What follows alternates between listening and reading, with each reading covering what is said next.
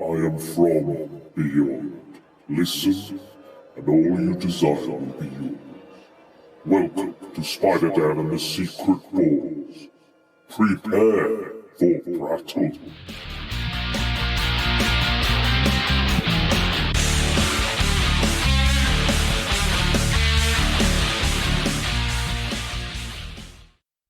Welcome to Prattle World. I am your host, the ever-amazing, ever-spectacular Spider-Dan. And in this podcast, I spotlight entertainment's best-kept secrets that a mainstream audience may find boring. And welcome to Malta Comic-Con. I am here with Dennis Whittle. Dennis Whittle of Oldham Comic-Con and the Comic Den. We are here to talk with some cool creators of every which way, every artist, every writer you could possibly think of. They are here at Malta Comic-Con. I'm very excited. How are you feeling, Den? Sweaty and excited. So sweaty. Very sweaty. It's a big, large, dark room with no lighting, but it is fun. The atmosphere is palpable. You can hear it going on. It's non-stop. It is absolutely amazing. It's just hot. It's Malta. It's hot. It's hot. We're English. We're white, pale dudes. Yeah, very pale. It happens. Pasty. We sweat. We're very sweaty. That's our problem. That's our personal problem. Yeah, and it's not just the con. We've had a few days here talking, gossiping with the stars of comics themselves. Yeah. We have literally had insider stuff that is not on any website. It's not anywhere. It's not been published. We get the nitty gritty, the behind the scenes battles, all that sort of stuff, and all these kind of little elements that, you know. I was talking to Ben Dickinson about Santa versus the Nazis, and he's like, I wrote a Wilhelm scream into my book. Only one person has ever noticed that. What an incredible little detail. Lots of really good stuff going on. We've got cosplayers, we've got actors, actresses. Yeah, you name it. You know, we've got Bai Ling from The Crow. She was in The Crow, and Wild Wild West. Loads of yes. Kind of Wow. Wiki, Wild Wild West. Jim West, Desperado. There we go. We got music. You can probably hear music. You know, it's like a rave. Yeah. It's a comic book rave. Yeah, we're hoping you can hear all of us and all of our voice within all this. But we're doing our best to get the best kind of stuff and best quality. And we're going around today and tomorrow having a little chat with comic book royalty. Yeah, we're going to ask a few questions, get a sense of them, see how they feel about the convention, and see what kind of cool work they've got coming up as well. Exactly. So, yeah, I need a shower. Have I mentioned how hot I am? It's really hot. I mean, to be ecologically friendly, we're going to have to share one, I think. So that's the only way. I've never wanted you as much, Dan. Oh my gosh! Here we go. There you go. Someone has already given me the nickname Mr. Fuzzy Arms this week. And me. Nickname the Dragon. The Dragon. I like it. It. You're right. You are certainly a savage dragon. It might be because of my bad breath. I don't know. Okay, so we're going to be talking to lots of other people soon, but we've got to go. We've got lots of things to do. We've got to get cracking. They paid us to come. They paid us to do this, so we better do our job. We should be really doing something. We're doing something. We're recording. I'm doing panels. I'm doing a panel with writers. We're doing a panel with artists. We're doing a big Batman panel. We're doing Batman 80, so why we love Batman. Tim Perkins is launching his book here, so that's going to be a nice panel as well. And we've got Al Ewing for that. Al Ewing, talking about the horror, the body horror of the immortal Hulk that he's writing and all his other kind of creations as well. So we're busy guys. We're going to be busy. Yeah. Been so lazy. Well, we've just been chatting comics, that's it. That's what we're here to do. We get sidetracked very, very easily. Clearly. I think we'll leave you now for the time being. And we'll get busy. See you soon. Let's go. Atomic batteries to power. Turbines to speed. Roger. Ready to move out.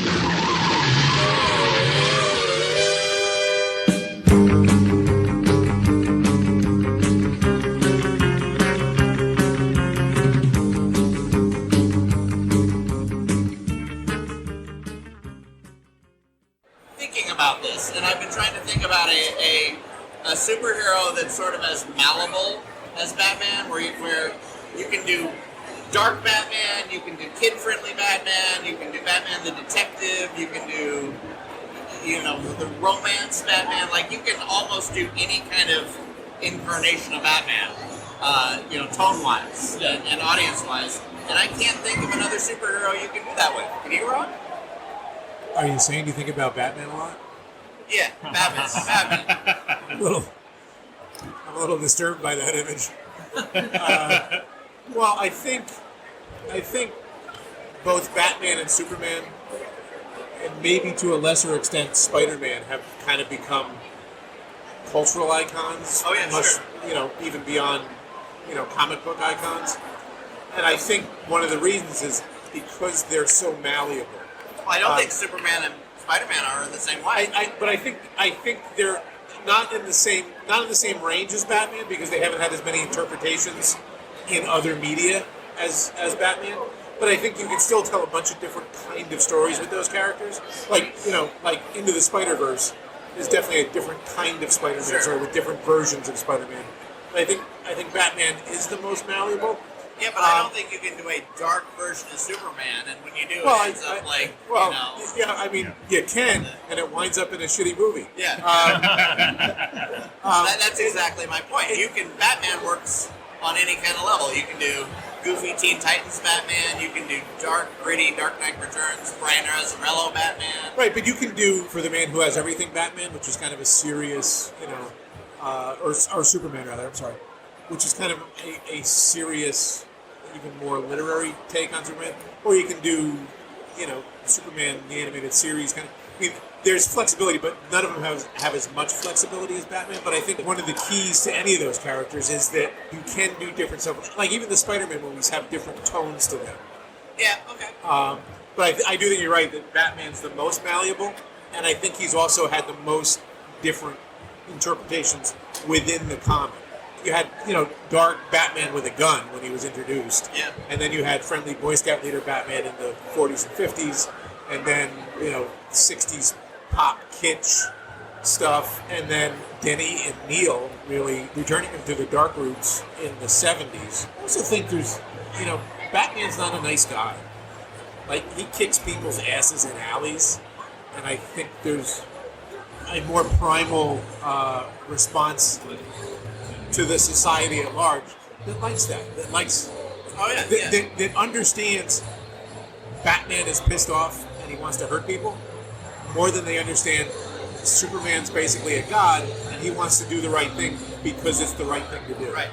I'm going to go back on something you said. Gene Ha, you're an artist, so I'm going to have the least things to say, but I think you talking about the history is really important because the definitive takes on Batman were all these very definitive takes were done before the fanboys went completely insane. And so there's just definitive funny takes and serious takes and socially relevant takes all done before everyone can get angry about it. And just you can't do that with a new character. You can do kind of those takes with Tony Stark a little bit, but because there's already one definitive take, it's going to be kind of a one-off. It's not going to be a defining version of him. But there's great version of Batman doing everything. You can't do funny Boy Scout troop leader Wolverine. Nobody wants that. Yeah.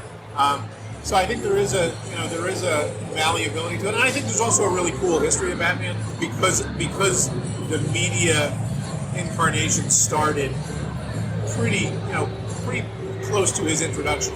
Well, another factor, Batman's got the coolest shit.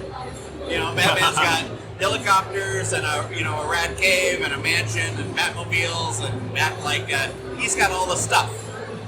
Well, and one of the things I wonder is, would Batman be Batman now if the '60s TV show hadn't been what it was?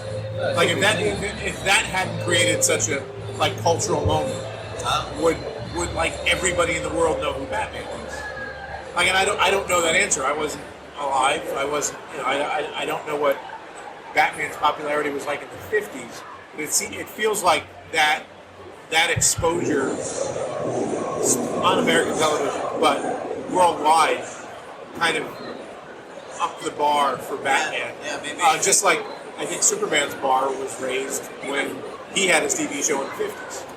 Because they were going to cancel the plot before the 60s show came on. No kidding. Batman was on the edge. They were going to cancel That's Batman. hard to comprehend at this stage where The DC has 8 freaking Batman books. I know. So it was at the point where they were going to cancel. The 60s show came, and they kind of copied the tone. The copy was great, and then the books went very popular again. Wow. So yeah, Batman was a hard sell at one time. But no, I see. What you said about his cool stuff, I also think he's got some of the coolest villains. Yeah, true. If you look at his rogue gallery, he's got stuff from absolute maniacs to like techno stuff and all the bits in between. And I don't kind of think maybe Spider-Man's got quite a good rogue gallery. The Flash, but I can't think of those are anyone. the top three. Yeah, That's I think- easily the top three. Yeah, I would say that the Batman's got the best villains. What do you think? Yeah, no, I would agree with that. Oh yeah, I think I think the heroes are always judged by their rogues galleries. Batman and Spider-Man have the two best ones, I think, hands down. I think the other thing that's kind of fascinating to me is the Batman stories. Like you can kind of see yourself as Batman. Yeah, Like, well, everyone nobody wants to be rich, and everyone wants to get revenge on the people who wronged them. I Yeah, mean, like it's the ultimate kind of fantasy fulfillment. It's easier to walk in Batman's shoes than it is Superman's. Yeah, and Spider-Man's just a hard luck everyman. You know, Yeah. you don't necessarily aspire to the guy who's juggling everything and getting his ass kicked and always broke. Like you'd rather be a Although billionaire. you can see yourself. Like Yeah. Batman's sort of the aspirational. Yeah, human, exactly. and Spider-Man's probably close to who you actually are. Yeah. So when we talk about Batman, he's in lots of media, but they're not always getting right, do they? Batman and Robin, the George Clooney movie. Sure. If we just spend a few, because I heard Ron mention something the other day about Batman, his feeling, what he thought about Batman and Robin. So as much as the books, I think getting right most times, but I think media don't always. So Ron, what do you think of Batman and Robin? Sucked. Gene here, I thought it was completely brilliant in that we've never had any creator really consider before. If Batman saves a baby and the baby's hungry, how is Batman going to feed the baby unless he has bat nipples on his costume? He can't take you anywhere. What do you think about Batman? You know, and I Robin? haven't seen it in You haven't decades, seen it? so Watch so it again. It's yeah, terrible. I don't think that's incentive. It's But I terrible. mean, it can survive that, and Batman. There's so much. It's like there is so much Batman out there. You can say what's your favorite Batman, and you can pick from a million different things. Is there too much Batman out there? There's a gentleman that recently said that DC is going to die because Batman's and everything. Yet, the same response this month, Spider-Man's in 19 books. Yeah, I mean, it's a double-edged sword because would hope that DC could do more than just Batman, but they clearly do it because Batman sells. This guy reads everything by Batman, right? Got a bunch of Batman at home. Well, I think it's look. The one thing that comics is really good at is giving you more of what you just bought. Like if something sells, oh man, wait till next month, you're gonna get more of it. So If you like giving us your money this month, wait until next wait month. until next month. Not everything we put out is a gem. But I think the sheer like people went to a Barnes and Noble or a chain bookshop. There are more Batman graphic novels than anything else. And there are more good Batman graphic novels than anything else. Now, Well, that's because there's so much Batman that the old stuff kind of just disappears. Like, you're talking Yeah. about one bad movie from 25 years ago. How many bad comic books have there been? I'm sure there's been a ton of bad Batmans out there. you've probably written some of them. I read them. Well, okay. I've read some terrible Batman books, yeah. I've still read them.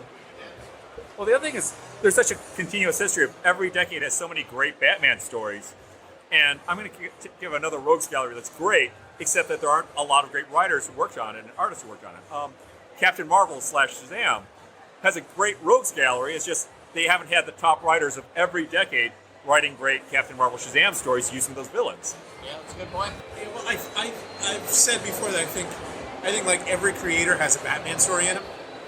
I don't know that that's true for Superman or Spider-Man, but I think everybody comes into this with like, I got a Batman story I want to tell, and I don't know why that is. Maybe because it's so prevalent in other media that it's just not even part of comics. It's just part of our culture now. Well, and also it goes back to there's so many different kinds of Batman stories you can Yeah. tell. So And any writer can do whatever kind of tone they want that fits their style. Yeah, I mean, I think, like, I wrote Witchblade for 10 years, and one of the reasons that I stayed on the book so long is because the core concept was so malleable that I could do any kind of story I wanted. I could tell a detective story, a monster story, a science fiction story, a superhero story. I mean, I could do anything I wanted from month to month. And I think to a large extent, Batman is like that.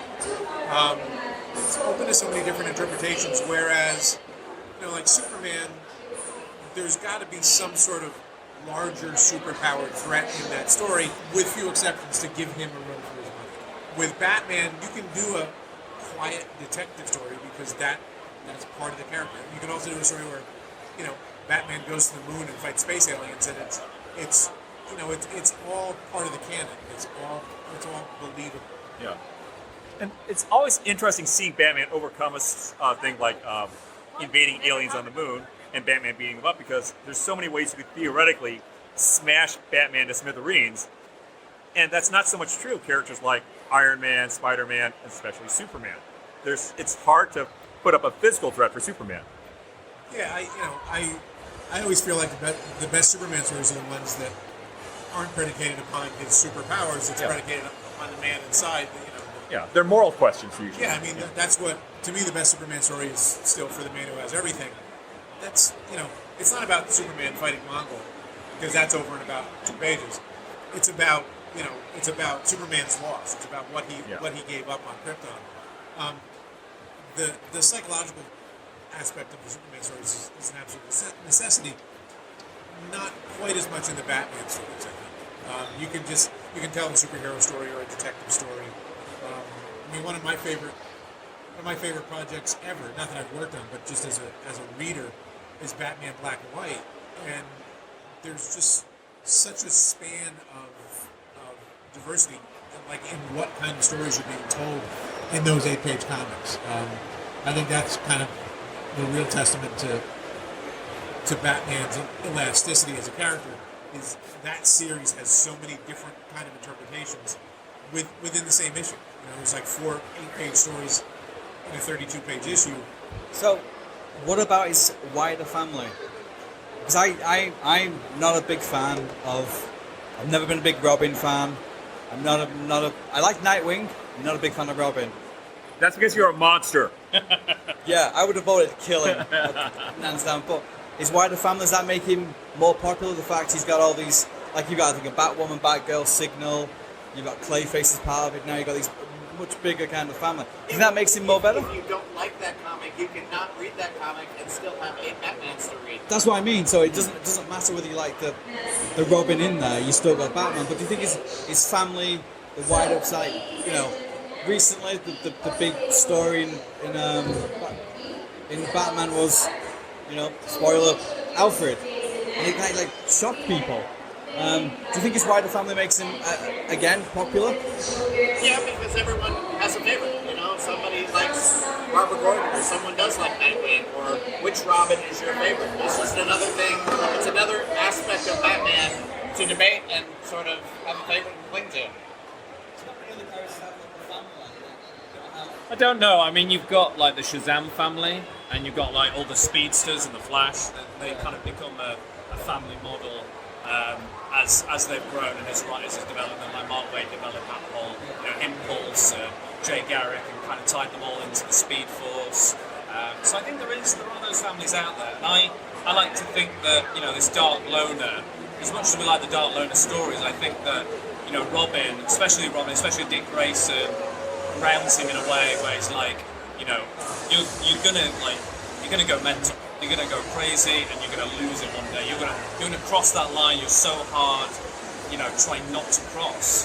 And with Robin now, I think that kind of, he wants to support that he's looking after the children. He doesn't want another child to go through what he's been through. That's why, and he's the example. He holds Robin up as like, that's what he wants all children to be, strong enough. Written by Frank Miller, Yeah, I know. Or if he they put it to another public vote, and then we see what happens to Robin then.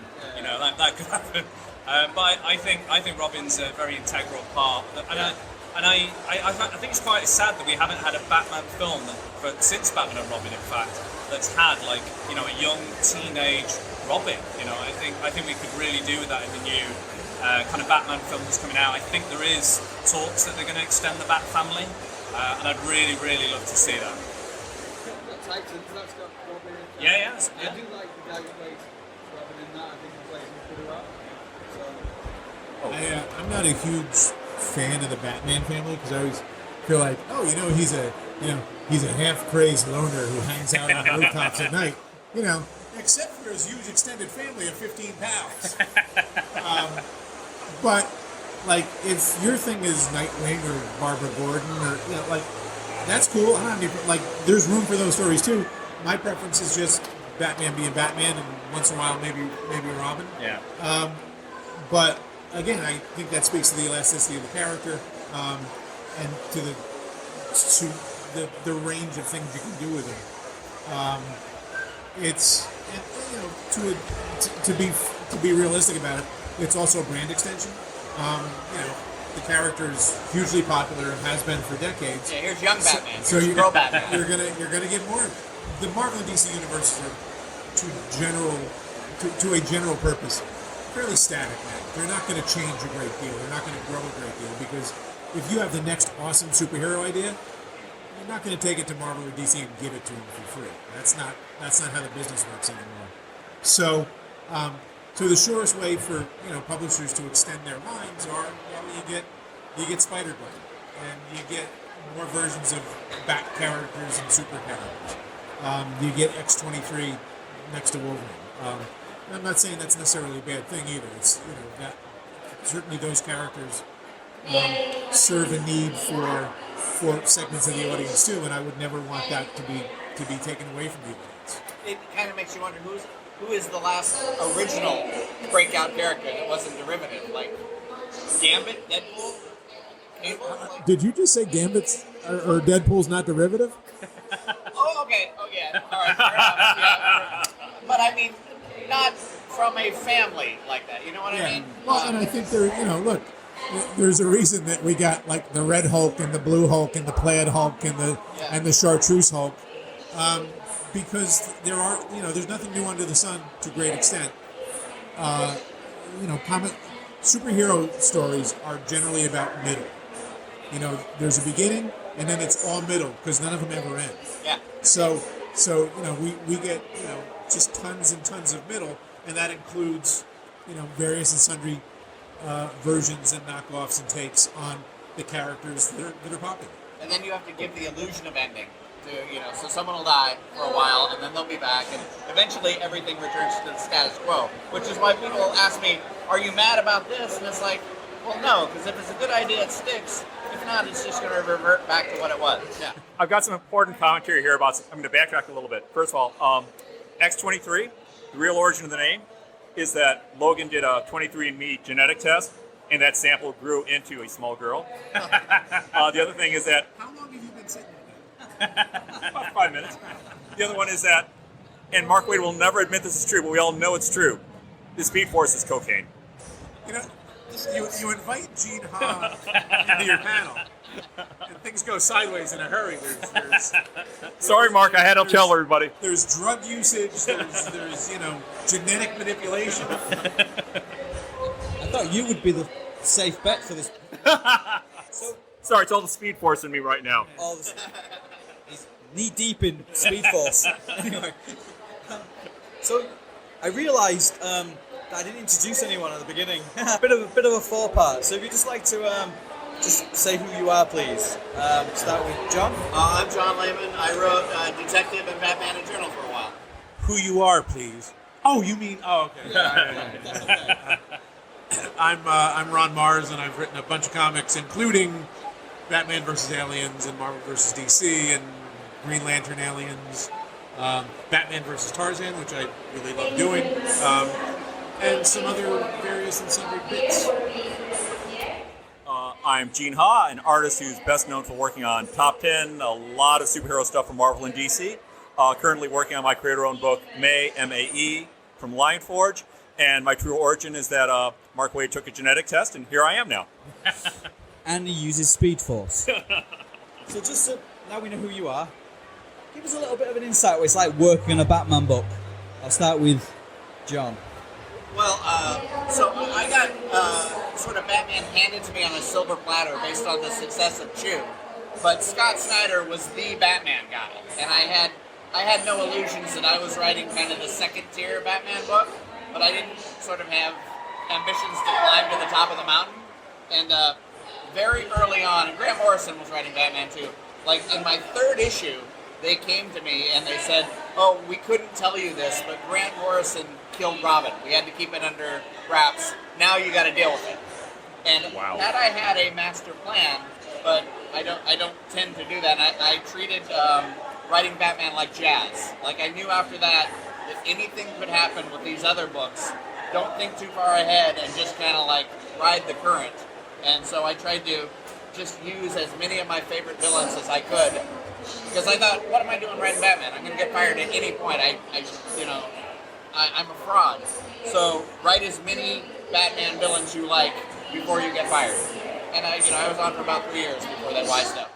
I'm going to say I started working on Batman stories when Archie Goodwin was still inside the DC offices, who is one of the greatest American editors of all time. My theory is he's the greatest, but some people debate that with me. But God, he was a great editor, and doing a Batman story with him was just heaven. Yeah, I think actually my first Batman story was for Archie too, and who is the greatest American comics editor, I don't think, hands down. And my Batman story for Archie actually came out like years after Archie's death. It sat in a drawer. Oh, wow. And sort of looked like it was never going to see print because Bernie Wrightson penciled it and Kevin Nolan inked it. Wow. And that sits in a drawer? And that sat in a drawer for 15 years. Wow. Finally, it came out in a like as its own thing with a backup of like Swamp Thing's encounter with Batman that Bernie had also drawn, obviously in the 1970s. So I've generally written Batman in crossovers with Tarzan, with Aliens, Marvel vs. DC, with All Access miniseries. So I've written him encountering other characters to a great extent, and also some solo stuff for like The Dark Knight. But I mean, the one rule that I've always stuck to when writing Batman is you're never inside his head. I don't want to be in Batman's head. That should be a scary place, and the reader shouldn't be in there. Like, I don't want to humanize him that much when he's in the suit. Like when he puts on his Bruce Wayne mask, I think it's okay to get inside his head a little bit.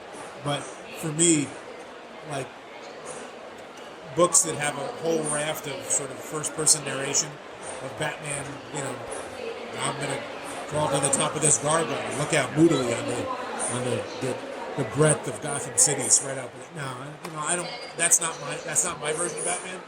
Which isn't to say that other ones don't work. Certainly, Dark Knight Returns, which is probably my favorite Batman story and favorite Batman story for a lot of other people. You're inside Batman's head and it works great, but it just doesn't work for the way I write it. I'm just going to say, who wouldn't have let that Ron Marz Batman story sit in his drawer for 15 years? Archie Goodwin. Well, there you go. You're just saying about Batman Returns. I was going to say best and worst Batman stories you've read or been involved in. Because I agree with you saying earlier. There are some great Batman stories, but there are some really poor Batman stories. And I think one of the poorest ones for me at the moment is that Batman Damned, which everyone was like crazy about it. It was awful. The ending was dreadful. It was lazy writing. Just like, it was dreadful. But Batman Returns is probably what I mean to Batman. We actually call that Dark Knight Returns in America. I don't know what you guys do over Returns, here. Yeah, very good. Yeah, snippy. Go on. I'll start with Gene. Best out or worst?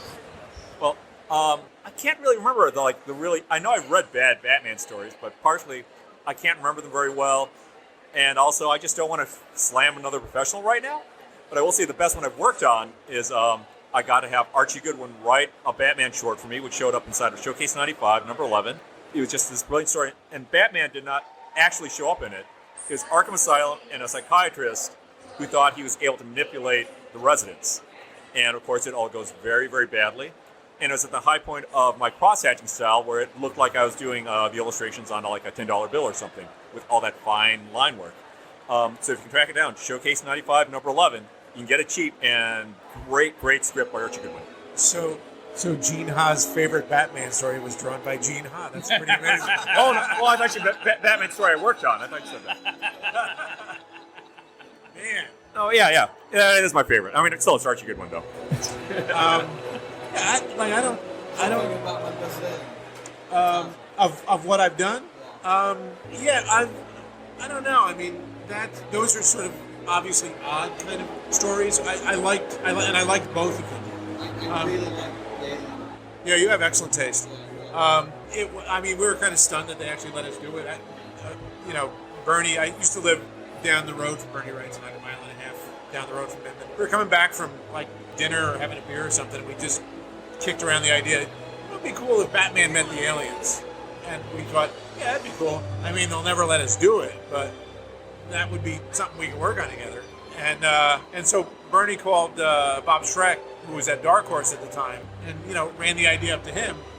And like within a week, like all the parties had said yes, and they were like, "Oh shit, we got to come up with a story for this now."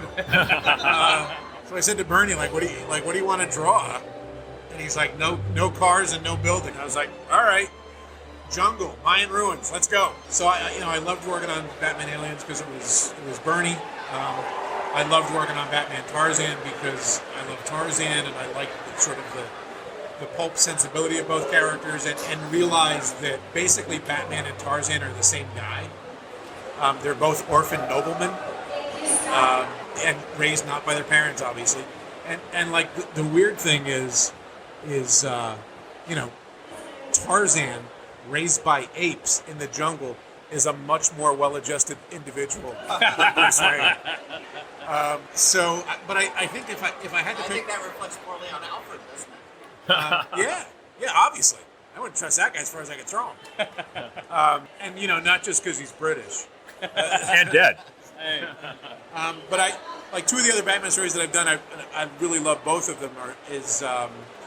I did one that was a Riddler story, and I love it because Rodolfo DiMaggio, who's a genius, drew it, and made me look really good. And then I did a Legends of the Dark Knight that was drawn by Cully Hamner and finished up by Derek Donovan, and the villain was Edgar Allan Poe, and actually all of the dialogue. The villain was a nut job because sometimes Batman villains are crazy. The villain was this insane person who thought he was Edgar Allan Poe, and it had surgery to make himself look like Poe. Like all of his dialogue in the story is actually from Poe stories. Like I didn't write any of his dialogues. I guess I actually ripped off Edgar Allan Poe is what I'm saying. Like anytime you get to write Batman, hell, I got to write Batman fighting Captain America. That was pretty cool. Like anytime you get to do that stuff, it's like even bad Batman stories are kind of good when you get right down to it. It's got Batman in it. It's not the nipples in the suit, that's it. Yeah. Are we talking about our own Batman stories? What did you want to talk about? I was just, like I said, I was on for one short concentrated period, and I liked all of my detective run because I was using all my favorite characters. I didn't really like writing Batman Eternal. It was with 5 writers, and every single email chain went on for like 45, just everyone going back and forth, and I like to work by myself in a cave, and it had nothing to do with the story. I didn't want to work with 4 other writers. That's not Batman's fault. That's not the story's fault. This is because John Layman was raised by a British butler, and all the other writers in Batman at that time were raised by apes. Why did we buy him? I don't know. Was it your idea? No. I said no Americans. You didn't listen to me. So, I've talked, you talked. What about you two? Have you got any questions you want to know now? Yeah, why are you a Batman fan? What's your name? Theo, my name is Theo from Malta. I come to Comic Con every month here, every year. Basically, Batman, like, you can relate to him. I mean, he's a billionaire, so you have to do like stuff like to be a billionaire. He doesn't sleep, so in a way you can relate to him. But he is, at the end of the day, he is human. So I mean, it's difficult to be. Obviously, it's difficult to. He knows a lot of stuff like karate and stuff like that. So you have to learn things. But at the end of the day, he's just human, So you can all relate to him in a way. And regarding I wanted to talk about again the Batman family. Like we can see human side of Batman. Like for example, when they wanted to create Batman, they were like this dark. Like you said, you don't want to get into his mind because he's so dark. But then with the Batman family, you can see his like family side. You know, for example, when Jason Todd died, you can really see the sadness in him. Like he even carries out his costume in the Batcave, so that reminds him of his mistake. So you can see the human side of Batman when you see his family.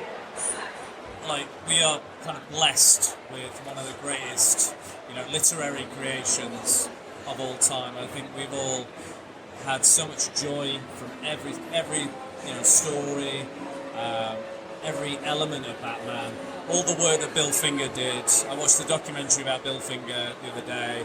Made me shed a tear for that poor man, not getting the credit up until recently for all the stuff he did, all the work he did, and I think it's just a wonderful creation. I don't think the comic book industry would be what it is now. We wouldn't have our Spider-Man and a Fantastic Four or X-Men, all this sort of stuff. Yeah, that's a real fair point. Without Batman. Yeah, sure, Superman was there, but I think Batman is, like we said, a very human element to the comic book story. He's fallible, he may be brilliant, he may have the gadgets and stuff, but he still makes huge mistakes. And he's mortal. Yeah, exactly. He's mortal. Is someone you can put in absolute peril, be it psychological or physical. It's just a wonderful character and one that will now go on forever. He's even alive in the social consciousness. He's not he's a fictional character. He's not a person. But we know how Batman would react in certain situations. He wouldn't go into the Batcave and flip Alfred off. He wouldn't tell him, "Give me my damn fishy swerves," all that sort of stuff. He wouldn't react like that because that's not Batman. It's like Superman. We know who they are deep down. They're alive. Like Dan has said to me many a time that his best friends are Superman and Batman. Like when he was a kid, he had those were his best friends, and I believe that as well. I think that's really touching and it's really special. For me, it's the same. All these characters embodied something that I didn't have, I wasn't getting somewhere at that time, and you fall in love and you gravitate towards these characters, and yet, like you said, it's aspirational. And Spider-Man is my favourite because Ron said so relatable, and he is. I feel like Batman's the aspirational one. I'm more close to Spider-Man, messing everything up, not being able to get a date on Saturday night. It's that sort of thing. Or any night. Yeah, any night whatsoever. Dennis is my date this weekend. We're sharing a bedroom. He's complimenting me on my body. Dennis, what's your most underrated Batman story? I want to ask you a question. I don't know.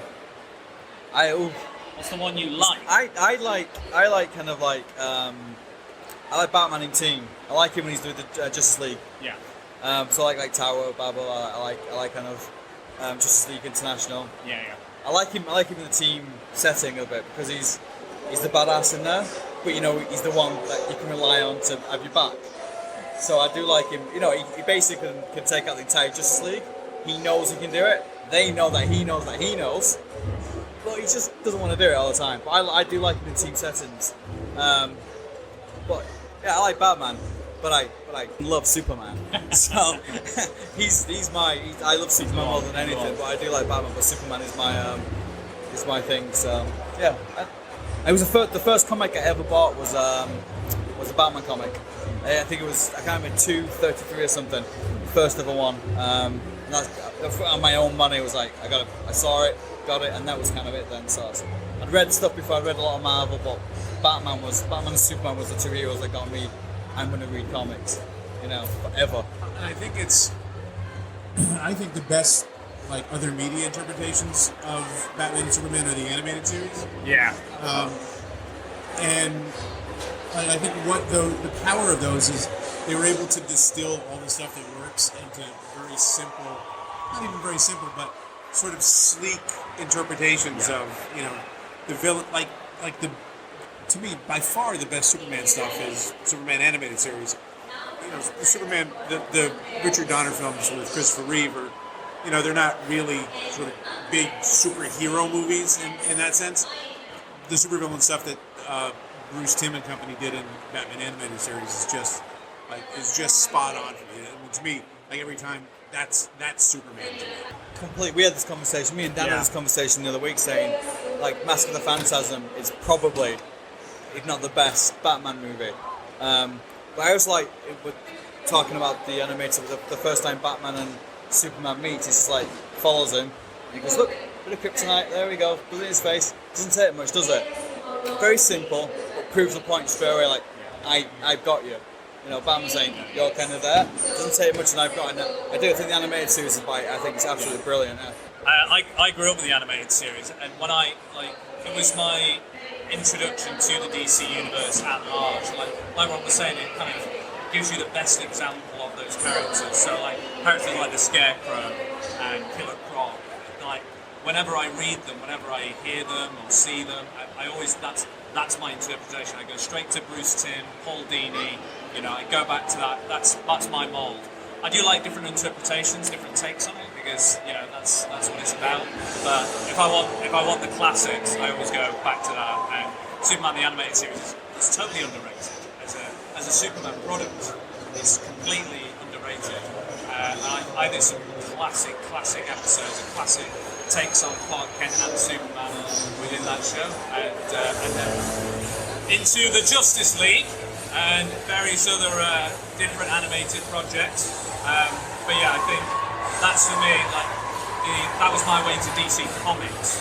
Like, I wouldn't have read the DC Comics without that animated series. So Malta Con's getting very, very loud. So I think we'll call it a day. So thanks, John. Yeah. Thanks, Ron. And I suppose I better thank Gene as well. Yeah. I don't think I have any nasal sinuses left, because all that's great Speed Force you gave me, man. This has been a great interview. Yeah. Thanks. Thank you all for listening. See you soon.